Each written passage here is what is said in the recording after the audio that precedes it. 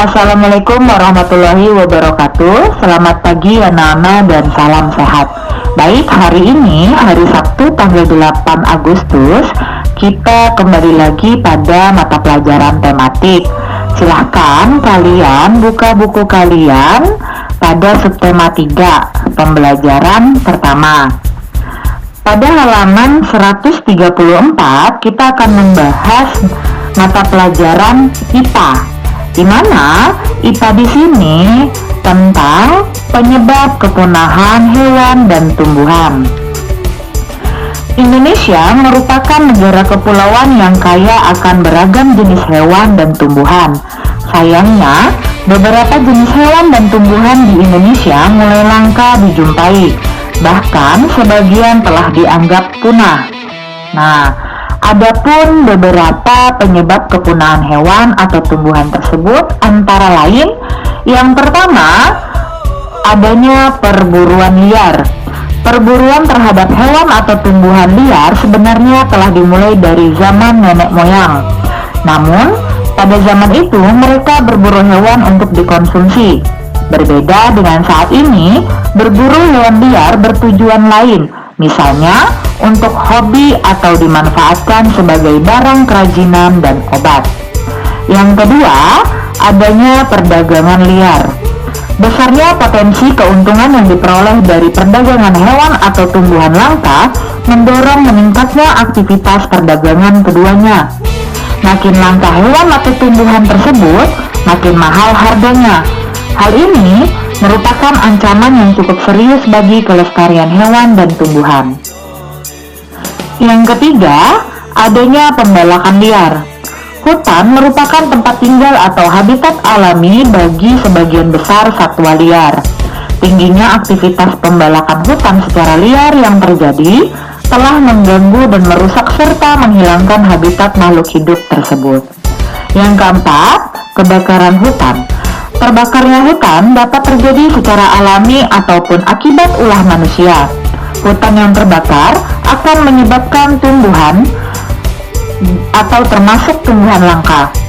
Selain itu, hewan menjadi kehilangan habitatnya. Dengan demikian, hewan-hewan itu lama-lama akan mati. Yang kelima, pembangunan permukiman. Makin bertambahnya jumlah penduduk menyebabkan makin tingginya kebutuhan akan tempat tinggal. Konsekuensinya, manusia akan membuka hutan menjadi lahan permukiman. Oleh karena itu, hewan dan tumbuhan akan kehilangan habitatnya. Yang terakhir, yang keenam, dianggap sebagai hama. Seringkali hewan liar dianggap sebagai hama oleh manusia. Oleh karena itu, mereka dibasmi oleh manusia, padahal manusialah yang telah mengganggu habitat mereka. Baik, selanjutnya, silahkan kalian buka buku kalian halaman 136. Usaha pelestarian tumbuhan dan hewan. Usaha pencegahan kepunahan hewan dan tumbuhan dapat dilakukan dengan cara pelestarian hutan. Pelestarian hutan merupakan salah satu bentuk usaha untuk melestarikan sumber daya alam hayati. Pelestarian dapat dilakukan menjadi dua, yaitu pelestarian in situ dan pelestarian ex situ. Yang kita bahas pertama yaitu pelestarian in situ. Pelestarian in situ adalah pelestarian hewan dan tumbuhan yang dilakukan pada habitat aslinya. Misalnya, pelestarian komodo di Pulau Komodo dan badak bercula 1 di ujung kulon. Model pelestarian in situ dapat dilakukan melalui kawasan suaka alam dan kawasan pelestarian alam. Yang pertama, pada pelestarian in situ yaitu suaka alam. Suaka alam adalah hutan yang mempunyai fungsi utama sebagai pengawatan keanekaragaman tumbuhan dan hewan serta ekosistemnya. Suaka alam juga berfungsi sebagai wilayah penyangga kehidupan. Artinya, wilayah tersebut harus mampu memenuhi kebutuhan makhluk yang hidup di dalamnya. Kawasan suaka alam berupa cagar alam dan suaka marga satwa. Suaka alam dibedakan menjadi dua. Yang pertama, cagar alam. Cagar alam adalah daerah yang kelestarian tumbuhan dan hewan yang terdapat di dalamnya dilindungi oleh undang-undang dari bahaya kepunahan. Adapun hewan yang berada di cagar alam, salah satu contohnya ada kijang, yang kedua ada banteng, dan yang ketiga ada tumbuhan Rafflesia arnoldi. Suaka alam yang kedua yaitu suaka marga satwa. Suaka marga satwa adalah cagar alam yang khusus digunakan untuk melindungi hewan-hewan yang hidup di dalamnya. Adapun contoh hewan yang berada di suaka marga satwa, yang pertama ada burung merak, yang kedua ada ikan pesut, dan yang ketiga ada hewan komodo. Selanjutnya, yang kedua adanya kawasan pelestarian alam, yaitu pelestarian in situ. Kawasan pelestarian alam merupakan hutan dengan ciri khas tertentu. Fungsi utamanya untuk perlindungan sistem penyangga kehidupan, pengaweten keanekaragaman jenis tumbuhan dan hewan, serta pemanfaatan secara lestari sumber daya alam hayati dan ekosistemnya. Kawasan pelestarian alam meliputi taman nasional, taman hutan raya, dan taman wisata alam. Yang pertama, kawasan pelestarian alam meliputi taman nasional. Taman nasional di sini bisa kita jumpai, yaitu yang pertama Taman Nasional Gunung Leuser di Nanggro Aceh, Darussalam. Yang kedua, Taman Nasional Kerinci Sebelat yang berada di perbatasan 4 provinsi, yaitu Sumatera Barat, Jambi, Sumatera Selatan, dan Bengkulu. Yang ketiga, Taman Nasional Waikambas di Provinsi Lampung, dan yang keempat, Taman Nasional Ujung Kulon di Provinsi Banten. Selanjutnya, kawasan pelestarian alam yang kedua adanya Taman Hutan Raya. Taman Hutan Raya merupakan kawasan pelestarian alam yang fungsi utamanya untuk menyimpan koleksi tumbuhan atau hewan. Taman hutan raya dapat bersifat alami atau buatan dan berjenis asli atau bukan asli. Berbagai jenis tumbuhan dan hewan di dalam taman hutan raya ini dapat dimanfaatkan untuk kepentingan ilmu pengetahuan, pendidikan dan pelatihan, budaya, pariwisata, serta rekreasi.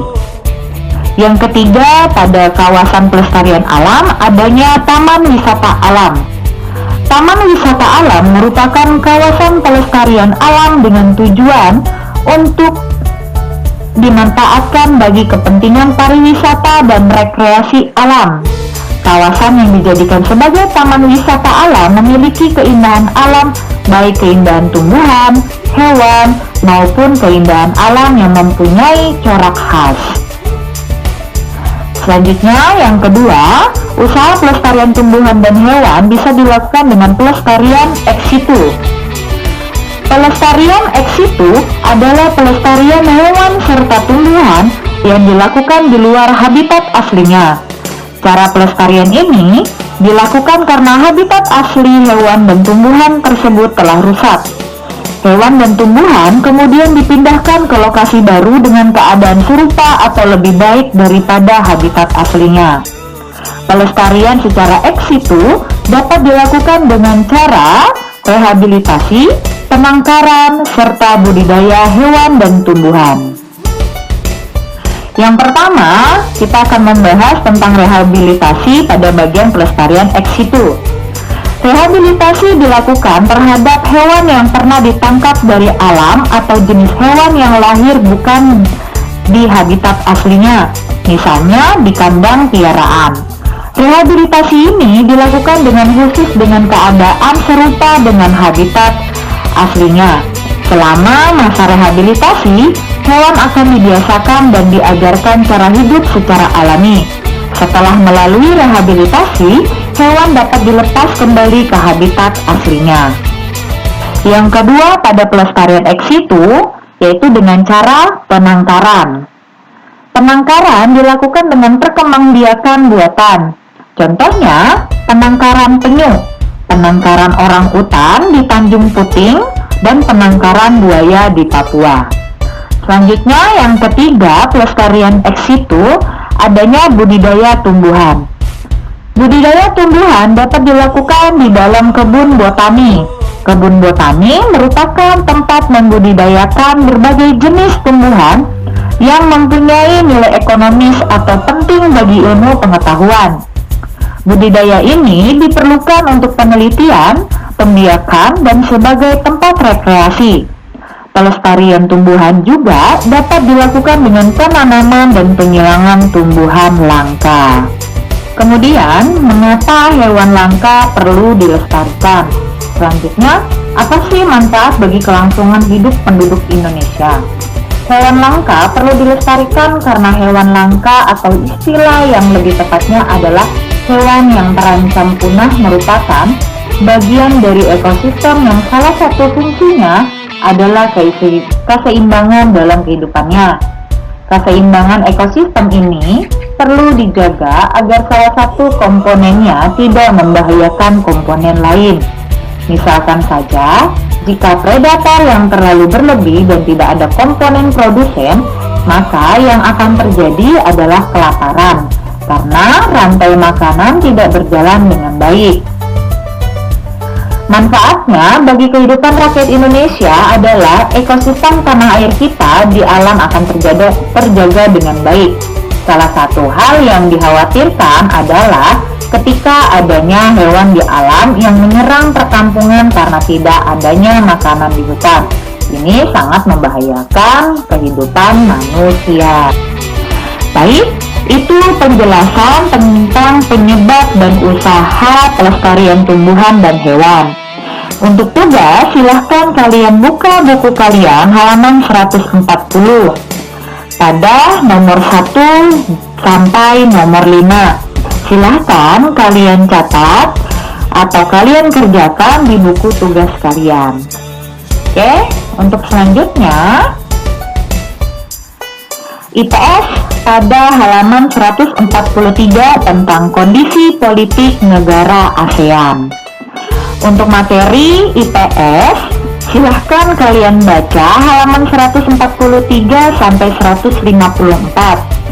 Selanjutnya, setelah kalian membaca dan memberikan tanda pada bacaan yang penting, selanjutnya kalian kerjakan tugas halaman 155. Nah, di situ halaman 155, silahkan kalian memilih 2 negara anggota ASEAN. Setelah kalian memilih 2 negara anggota ASEAN, kemudian kalian bandingkan persamaan dan perbedaan karakteristiknya, baik dari segi sosial, budaya, ekonomi, dan politik. Sama halnya dengan tugas IPA, silakan kalian kerjakan di buku tugas. Kalau sudah selesai, silakan kalian foto dan mengirimkannya langsung ke WA Ibu. Baik, untuk materi hari ini cukup sekian, kurang dan lebihnya Ibu mohon maaf. Jikalau nanti ada yang kurang dimengerti, silahkan kalian menghubungi Ibu. Wassalamualaikum warahmatullahi wabarakatuh. Selamat pagi dan salam sehat.